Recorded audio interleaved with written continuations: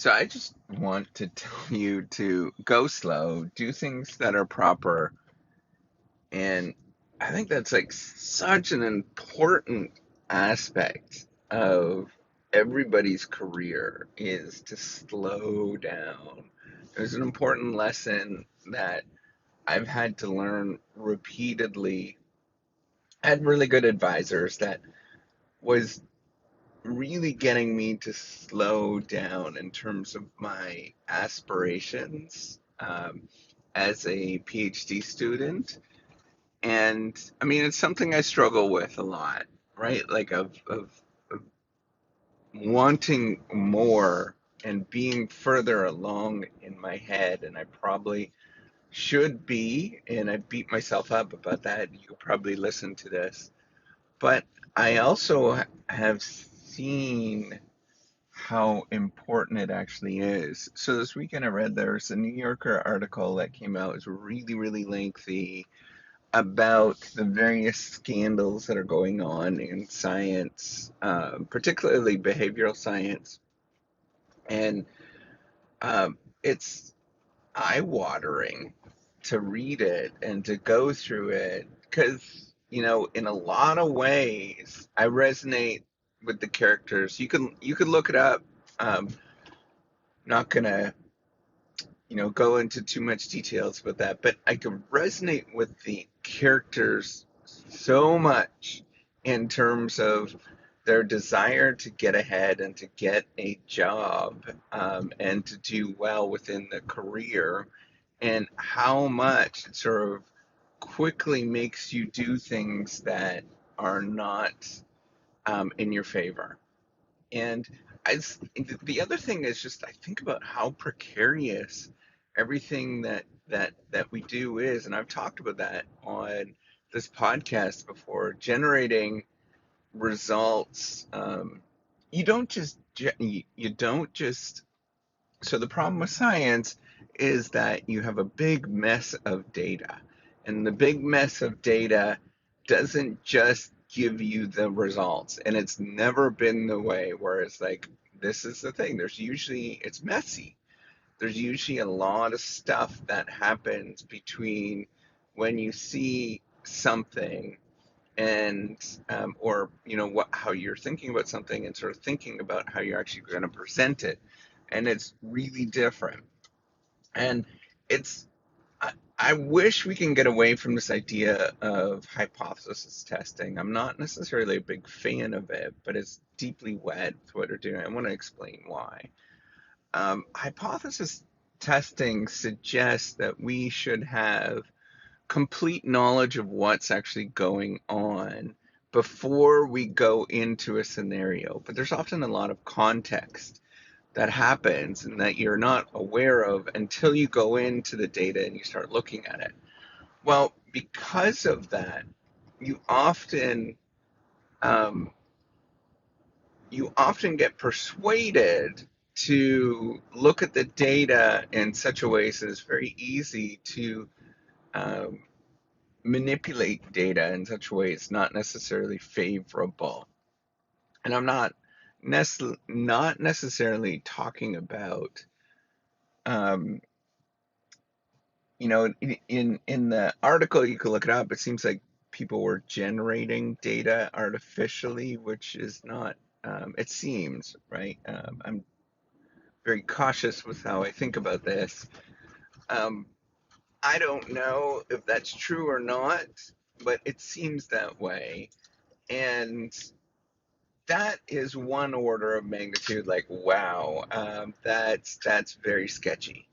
Um, but at the same time, it's also mm, it's easy to present data, find results and present data in such a way that's it's difficult to find those results again. And that is the challenging thing. And we have page constraints in how we present things. And that's the massively difficult thing is to sell your story, to go through and to meet page constraints. You often have to present things in a way so you can get through the review process. And that I personally don't think is favorable, but I don't know how else to do it. Right? I'm very honest about that. You have to be very cognizant of how other people are viewing it, because even if you have 1 ounce of doubt in how you're presenting things, it's not going to go through the review process. People are not going to like it, and it's going to get rejected. And so here's the thing, right? So if you're good at wordsmithing, if you're good at presenting data so it looks a certain way, then you can quickly go through things. And I have learned that it's okay to go through and do things slowly with the data. And I've learned to look at it. I've learned to, it's, so this is, and I want to come back to where I was going with hypothesis testing.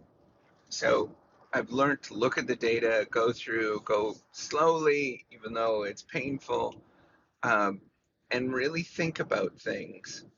But this is my difference with hypothesis testing, the way that sort of current research is done. I think it needs to be a lot more honest, but I don't know how to sort of present that and talk about that other than in these kind of venues. Um, we need to tell the stories a lot better of what we're doing with data. And that's where if we're not really doing hypothesis testing. I don't think a scientist, because it's just really, really, really, really, really hard to do empirically and practically to actually do it. Um, so I think that needs to be reserved for a very tiny, tiny group of studies. But I think we need to be much more open and honest with the data itself, and to be okay with presenting data that um, that doesn't look right. And this is where I think the journal is on the journal. The onus is often on the journal editors. Um, is when we see that journals start accepting papers that have no plausible results in it, that they are just presenting what you actually did. It was good, but the results were all off. When we get to that scenario, then I know that I think we made progress in science.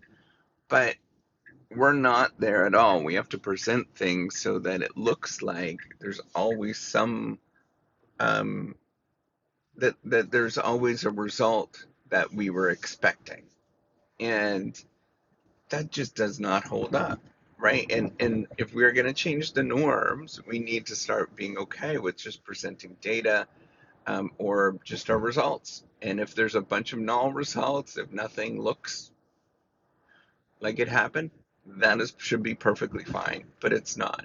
So on the flip side, this is where I was coming back to, it's good to have this sort of patience and slowing down. Um, Part of the reason how you navigate this problem, or part of how you navigate this feeling and some of the troubles that you run into, uh, is that you feel like you always have to be rushing, and you feel like you have to be always going. Um, and that pushes you, if you're more expedient than others, pushes you to do things that sometimes are not necessarily great. I'm an engineer. I'm all for about doing things expediently and like sort of hacking things. I'm all for it, but then there's on the flip side, you have to be careful in what you're actually doing, because some of that stuff actually does matter, and that's where you need to slow it down, take a step here and there, extra, and double check and go through and make sure everything's fine.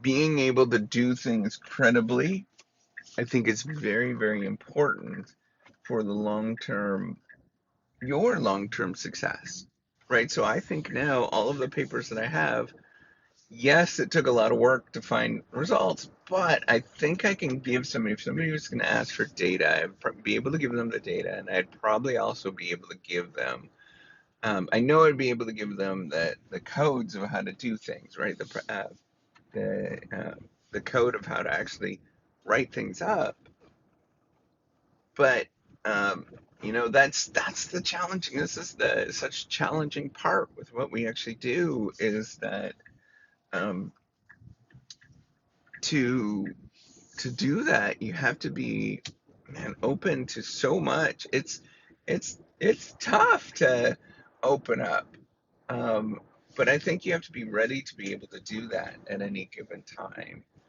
Um, and I think the tough part is willing to be able to accept your flaws. If you goofed up and you made a mistake, then you got to be able to accept that you actually made those mistakes within what you did. Um, so, this is where it comes down to, I think, and I think this is where a lot of just self work goes on within the career where you're thinking about slowing down. It's okay. Um, and on the flip side, especially if you're young, um, knowing that there is every single student will do this. They'll be like, well, you don't understand because you're tenured, blah blah. It's like, well, what are you talking about? I've actually lived it, and I've lived through it. All of those things, I've had to slow things down tremendously. um, and I think that's what we need to sort of remember: slow it down, right? And I know that there's all this pressure, but just slow it down. Go slow, take the steps, double check, go through, be cautious. It's so important to do it. And um, it's important for your career. It's important for the general field, and this goes for any field, any career, right? It's important just to do things as best as you possibly can, double check as many times as you can. And I know we're all building houses as we go. I get it. It's all kind of a mess. I'm painfully aware of that.